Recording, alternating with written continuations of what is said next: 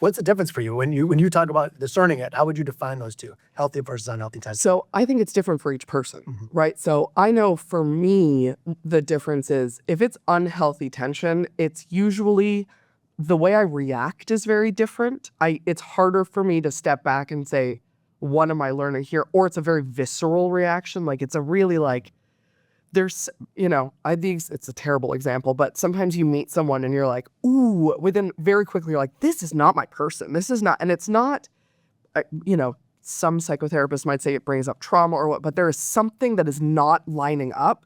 That is an unhealthy tension situation.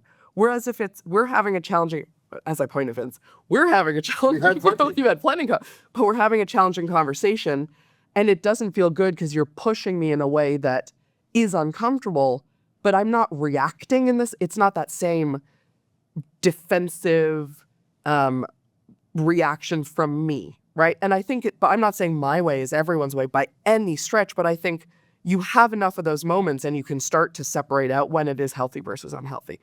I mean, wouldn't it be nice if it was like, here's the one way that you can always discern the two that work Red for light, everyone. green light, it's so easy. Yeah, but I think it really depends on who the person is, their journey, where they're at in their journey, their experiences. But I think you can learn to discern those things.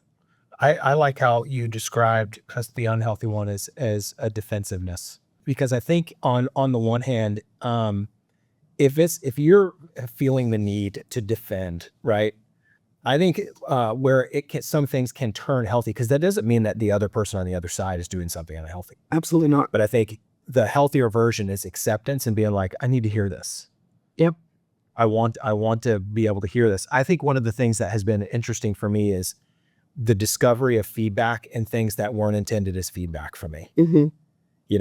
There are things that I've experienced and I'm like, there's feedback. And that's one of the things you say to me is like, Chris, there's probably feedback in that for you, right? And it doesn't mean that somebody has to sit down and give me very direct feedback, which I think is really important.